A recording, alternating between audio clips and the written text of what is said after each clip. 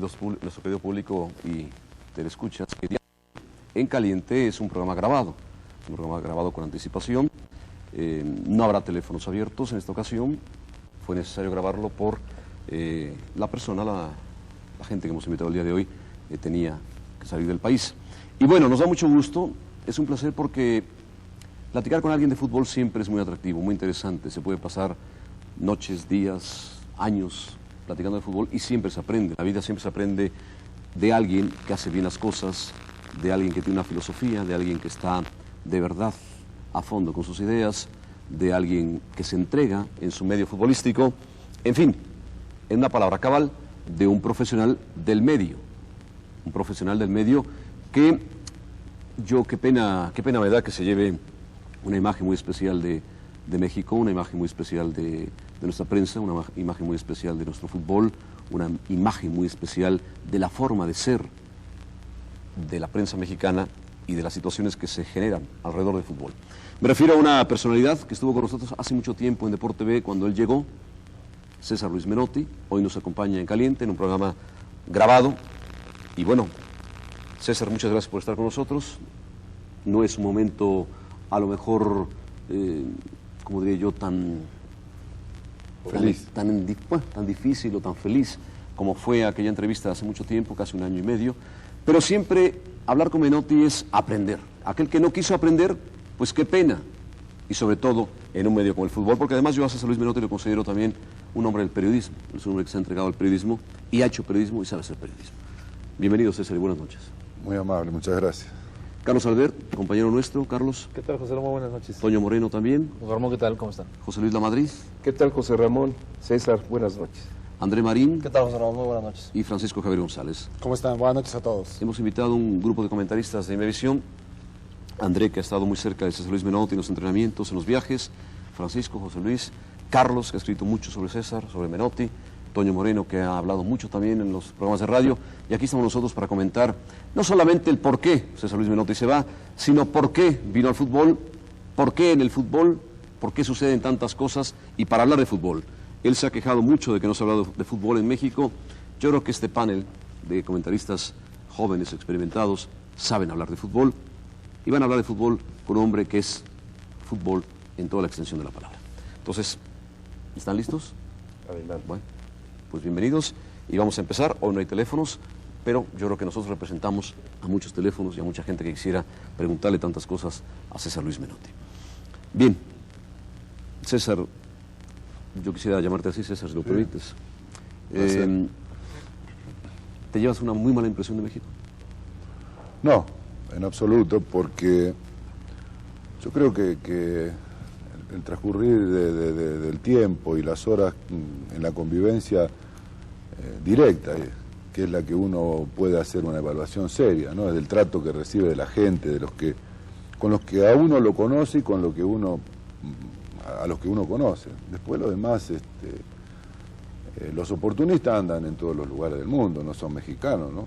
Viven en todos los países. Acá tienen otra protección, hay menos contestatarios, a lo mejor es una minoría la que contesta y defiende un estilo de periodismo, un estilo de vivir el fútbol. Hay otros que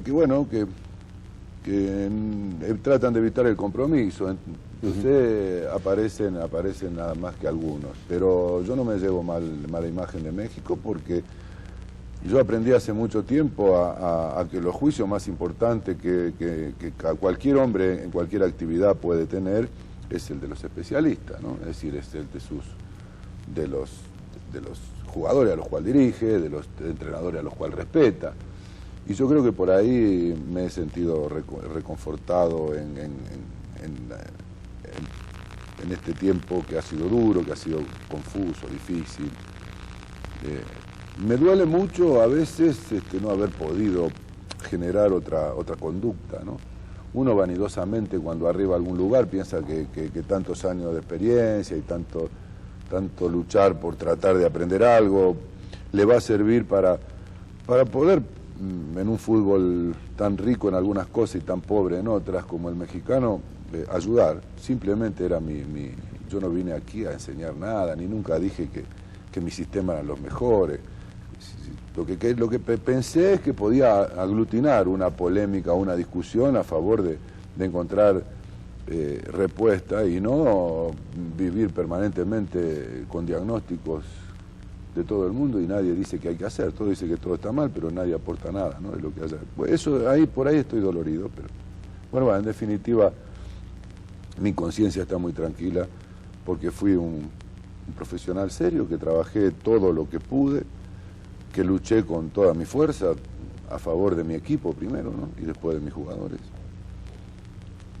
Y que cuando vi que no podía más, prefiero que aparezca otro perfil de entrenador que le pueda dar a México esa tranquilidad que necesita el futbolista para poder desarrollar su tarea. No puede ser que el futbolista viva soportando cuestionamientos de sistema y haciéndole hincapié en errores que la mayoría desconoce y nadie entiende nada, ¿no? Entonces yo creo que se generaron muchas cosas que no favorece a la selección y en definitiva mi obligación es defender a la selección nacional, porque la selección nacional no es ese nombre, son hombres, son auténticos hombres que están tensionados, que están preocupado por darle a México buenos resultados, ¿no? Entonces todo lo que yo no pueda resolverle para su tranquilidad, para que esta urgencia histórica que las estadísticas denuncian permanentemente sobre el fútbol mexicano, no caiga de manera criminal sobre la cabeza de estas generaciones, pero la culpa no es la de España, no tiene la culpa de los cachirules, ni tiene la culpa Campos de que alguna vez le hicieron 5 goles a México. Me pareciera que esta urgencia histórica de encontrar una respuesta a esa pasión que la gente tiene o a esa necesidad, lo lleva a todo el mundo a una agresividad y a una dramatización del fútbol que no conduce a nada, porque no es nada pensante, es todo visceral, es todas reacciones histéricas y no hay nada analítico, nada pensado, nada estudiado para ver por dónde vamos. No hay una invitación a que participen los sectores inteligentes y dignos del periodismo, del entrenador, de todos, de otra clase dirigentes, para que traten de ayudar. Nadie plantea cómo hacemos para resolver problemas. Cada uno tira una bomba por donde puede. Entonces hay una minoría que lucha para marcar un camino. Y los otros están, ya digo, viven de la convulsión que el fútbol produce en esta época, ¿no? Con la eliminatoria, Copa de Oro. ¿Sí? Y creo que yo no pude realmente. Y con mucha sorpresa, ¿no? Porque hay cosas que uno las maneja, pero la traición duele. ¿Sí? La traición y la cobardía duele mucho. Entonces yo abrí mis puertas de mi entrenamiento, invité a todo el mundo, dije, fui mucho más, intenté ser mucho más simpático que mis costumbres y no encontré resultados. Y de pronto sí, puede ser que haya sido falta de capacidad o falta de tacto, pero no me van a engañar a mí acusándome de que yo no conozco a los mexicanos, ¿eh? Yo lo conozco mucho mejor que muchos mexicanos, no tenga ninguna duda, y lo conozco bien y lo disfruto su picardía, disfruto su compañía, porque yo soy un hombre de la calle y estoy con ellos. Entonces yo sé qué me quisieron decir con esto de que yo no entendía a los mexicanos. Yo no entiendo a aquellos que no entienden nada de lo que hacen, a eso no lo puedo entender, porque yo de esto estoy seguro que entiendo, seguro. César, ¿hubo un acercamiento por parte tuya con los técnicos de los diferentes equipos? ¿No recibiste nunca ninguna invitación cuando en el momento que llegaste se acababa de formar la asociación de entrenadores? ¿Nunca fuiste requerido para eso? Sí, además fue una idea mía, ¿no? Más que nada. Es decir, yo fui el primero que luché dentro de la federación y están de testigos los actuales dirigentes para que la asociación de entrenadores exista. Lo que ocurre es que estaba parado en el medio yo de una problemática que hay dentro de la asociación de entrenadores que no, es decir, cuando yo veo que en una reunión no están la mayoría de los entrenadores que están trabajando, entonces me preocupa un poco, ¿no? Es decir, yo no encontré, no era mi tarea, yo no soy quien para decir quién es el que tiene que liderar. Yo creo que esto se tendría que haber tenido otro consenso y el presidente de la federación, de la agremiación, tiene que ser por elecciones, ¿no? Lo tienen que votar sus colegas, no tiene que estar puesto en la federación de fútbol, ¿no? Sí, son ideas que la podíamos haber discutido. Pero también tengo que ser justo porque he encontrado muchos entrenadores que me han otorgado todas sus horas, las horas que yo necesitara para informarme o para conversar. Es decir, el caso de Mejía Barón, el caso de Bucetich, Bracamonte, bueno, ni hablar de los extranjeros, ¿no?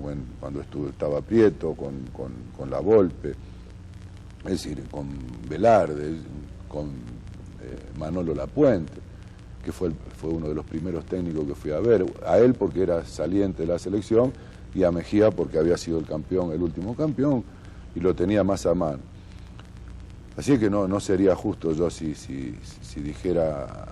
Lo que no encontré a veces es la posibilidad de desarrollar ningún tipo de proyecto, ¿no?, a favor del fútbol. Yo cuando vine acá vine con mi título, ¿no?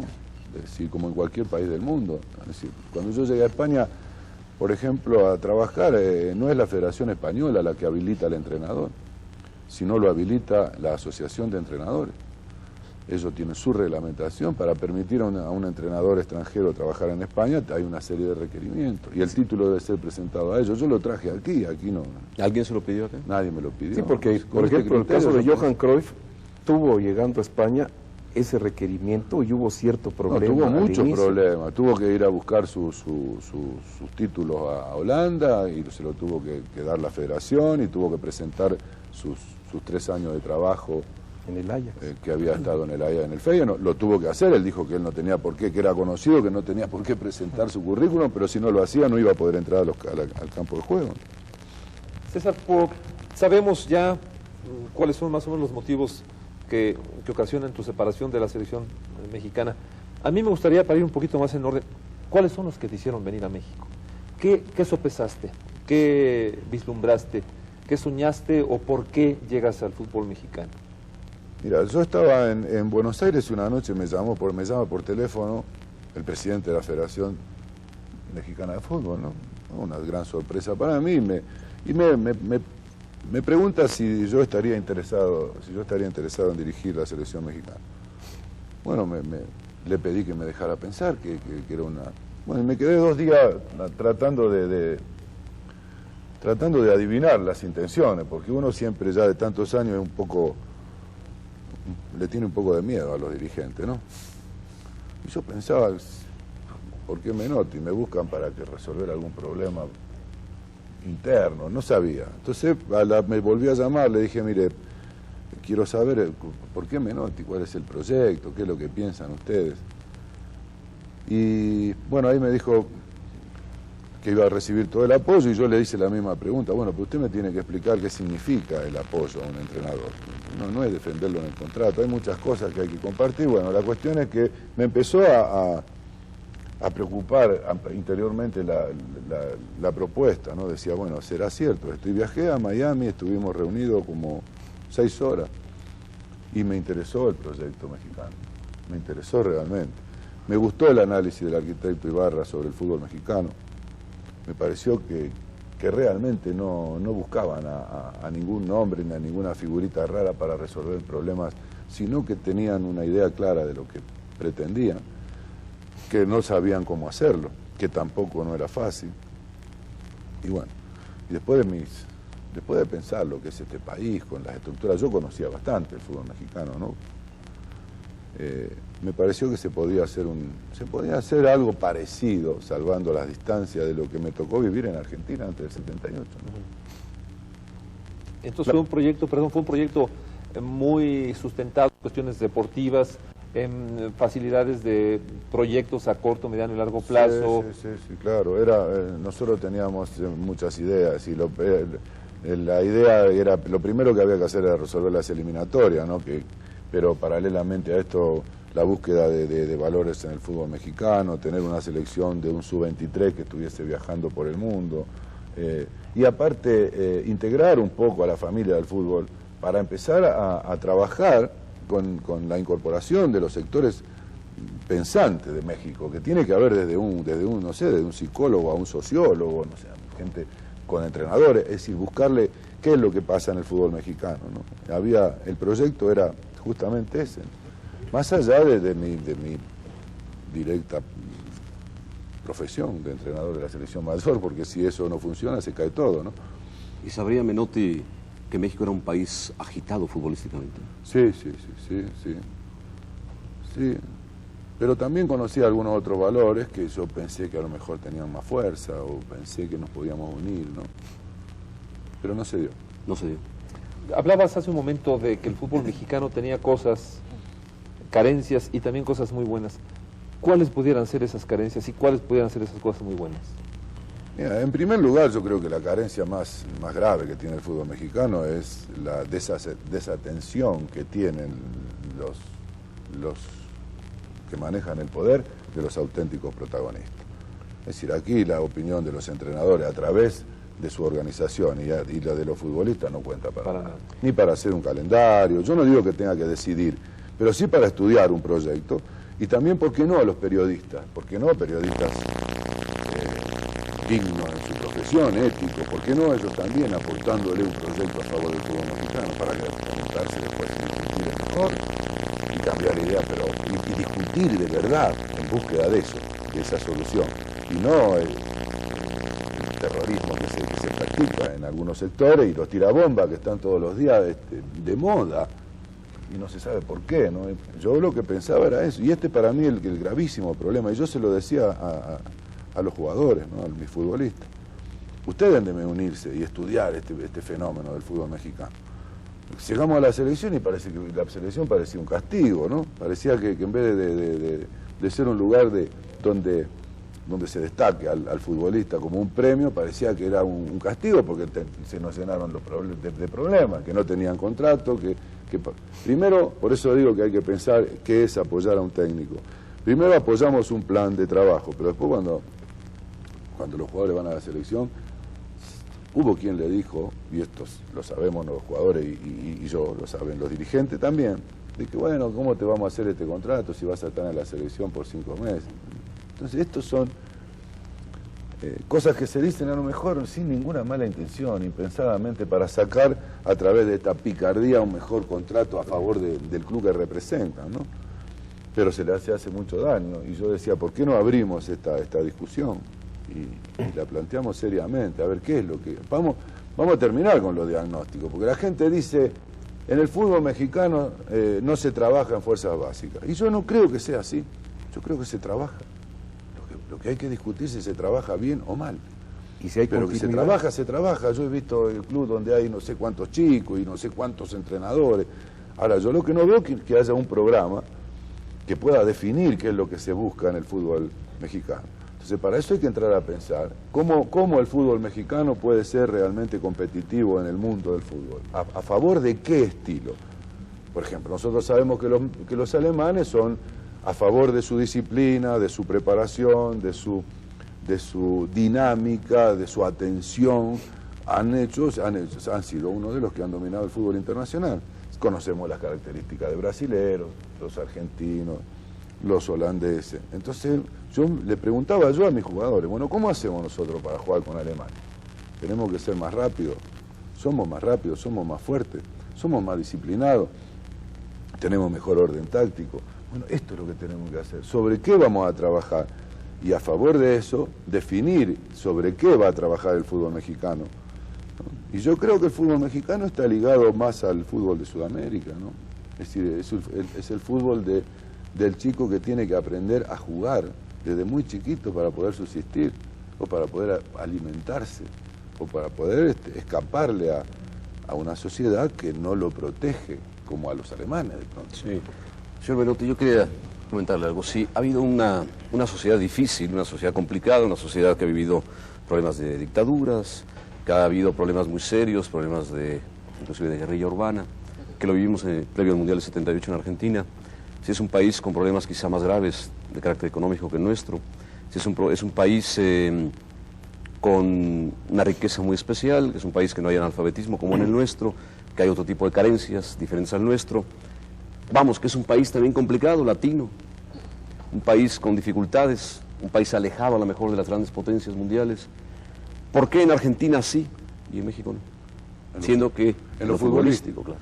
Bueno, porque yo pienso también que en la Argentina hubo muchas luchas, pero hubo hombres que no se ocupaban de hacer declaraciones todos los días en los periódicos, sino que asumieron responsablemente lo que era el fútbol como hecho cultural en mi país, sin ser ellos ninguno notable en cuanto a su preparación, y le voy a hacer el nombre de Adolfo Pedernera. El fútbol argentino le hace la primera huelga a las fuerzas militares, se le hace el fútbol, y se van, el 60% de los mejores futbolistas se van de Argentina y se van a Colombia en la época del Dorado. En aquella liga pirata que se formó. Claro, y ahí se va Pedernera, y se va Rossi, y se va Di Stéfano, y se va Pontón, y se va Peruca, y se va lo mejor del fútbol argentino. Y insisto, y se le hace un movimiento y se para el fútbol a un gobierno militar. A partir de ese momento Argentina tiene una cantidad de hombres que empiezan a trabajar a favor de una asociación de entrenadores, que no fue fácil, que hubo traidores, que fue dura, pero que hoy gozamos del privilegio de tener un montón de conquistas, ¿no? Y sobre todo de defender éticamente a la profesión. Hoy un entrenador en la Argentina tiene un montón de cosas donde puede resguardarse de las organizaciones nefastas de la clase dirigente. Y así pasó con los futbolistas. Yo podía nombrar 50 hombres. Entonces, a partir de eso, uno cuando sale al combate, como me tocó a mí en el 75, uno sale a luchar contra mí, River Plate y Boca Juniors me quitaron los futbolistas antes de un partido internacional del hotel. Se los llevaron de la concentración y yo tuve que andar llamando por teléfono a otros jugadores, a cualquiera, para cumplir con ese compromiso que Argentina tenía. Por supuesto, al otro día presenté la renuncia, le dije de todo a los dirigentes, pero yo tenía el apoyo de una asociación fuerte. No el apoyo a Menotti de la táctica, no, el apoyo al entrenador nacional. Claro. Y ahí se dio la oportunidad de elaborar los estatutos del entrenador nacional, y apoyado por asamblea, ¿no? Tuvieron que apoyar de que el entrenador argentino que firma en la selección son 3 años como mínimo, no puede firmar un entrenador por 1 año, no se lo permite la asociación de entrenadores. En fin, y ustedes ven que desde el 78 al 82 pasaron 8 años con un entrenador, del 82 con otro, y ahora no tenga ninguna duda que Basile va a dirigir el Mundial. Aunque pierda de aquí en más todos los... Bilardo perdió todos los partidos previos al 86. Fue la peor campaña de la selección nacional, el 32% de los puntos logró, pero a nadie se le ocurría pensar que se iba a cambiar el entrenador. Bilardo dirigió el 86, fue campeón del mundo. Y Basile ahora está ganando, de verdad, Argentina está haciendo una campaña increíblemente buena, pero si hubiese perdido, a ninguno de nosotros se nos puede pasar por la cabeza de que Basile puede ser sustituido. No lo permitiría la asociación, y había una lucha muy dura, muy difícil, si a algún dirigente se le puede ocurrir una cosa de esta. Es decir, estas son las cosas que Argentina tuvo como arma, ¿no? Cuidado, además, sectores del periodismo que son contestatarios a las locuras del poder, que a veces malintencionadamente y a veces porque son tontos, se equivocan los caminos. Acá parece que hay una complacencia de muchos sectores a favor de que todo siga como está, ¿no? O falta de conocimiento, o insisto, o cómplice, no sé. En un programa con Roberto Saporite nos explicó claramente el por qué se dice en Argentina antes de Menotti y después de Menotti. Él hablaba de que tu contrato con la selección argentina tardó 6 meses en definirse, porque te decían 1 año y tú decías no, tantos años para poder hacer una labor, y insistían después de que sacaste campeón a Huracán. Entonces, creo que independientemente de las convicciones futbolísticamente, lo que es ya el fútbol cancha de Menotti, que para mí un técnico que no tiene sus convicciones definidas no es técnico. Creo que la organización que se dio desde ahí, pues creo que fue muy importante, porque según tengo entendido, en un sudamericano juega Argentina 3 partidos, se cambiaba de entrenador. Yo tuve 2 años, tuve 6 entrenadores. Era muy común, sí. Cuando fue jugador, cuando fui jugador, sí. Yo me acuerdo de aquella selección del 74 que fue previa a Menotti en Alemania. Sí. Que llevaba un gran equipo de fútbol. Muy buen equipo. Que llevaba jugadores como el Cacho Heredia, como Ayala, el Ratón Ayala, como Wolf, como Brindisi, como Kempes, como Housen, como Carnevale, Babington. Y llevaba, que en paz descanse, al polaco Ladislao Kapp, que ya murió. Era un gran equipo de fútbol, sí, sí. Pero era una discordia. Siempre o sea, era como una gran orquesta sin un gran director. hasta que llega el proceso de Menotti, o el proceso de Bilardo, el proceso de Basile. ¿Por qué? Bueno, por eso digo, ¿por qué si llegan allá y aquí no llegan? sería muy injusto realmente, y no lo digo por pecar de humildad, yo sería muy injusto si dijera que es Menotti. Yo creo que hubo mucha gente, me tocó a mí recoger esa bandera. A lo mejor culminar en la bandera. Claro, yo agarré esa bandera dirigente. por convicciones, porque yo idolatro a Adolfo Pedernera. Para mí Pedernera fue el hombre que nos enseñó a todos a defender la profesión con dignidad, a no permitir que el dirigente entrara al vestuario cuando se le diera la gana. Adolfo echó a Armando de los vestuarios de Boca, es decir, Pedernera fue el que dignificó la profesión de entrenador. Entonces yo tenía un montón de gente conmigo, Cacho Jiménez, Pedro del Hacha, conocido por ustedes, un montón de gente que estaba dispuesta a pelear, y también un sector de los dirigentes. Cuidado que Julio Grondona fue muy importante después del 78, porque también había sido importante Cantilo. Cuando Cantilo es presidente del AFA y es campeón del mundo del 78, y él promete que después del Mundial se retira, más allá de que si gana o se pierda. Se ganó y todos esperaban que iba a seguir. Sin embargo salió y dejó a Grondona, que ya había trabajado con nosotros antes del 78 en la selección nacional. Es decir, no era, fue un movimiento en contra de la mala conducción, del amarillismo que había en algunos sectores de la prensa, favoreciendo siempre a todo lo que sea poder de turno.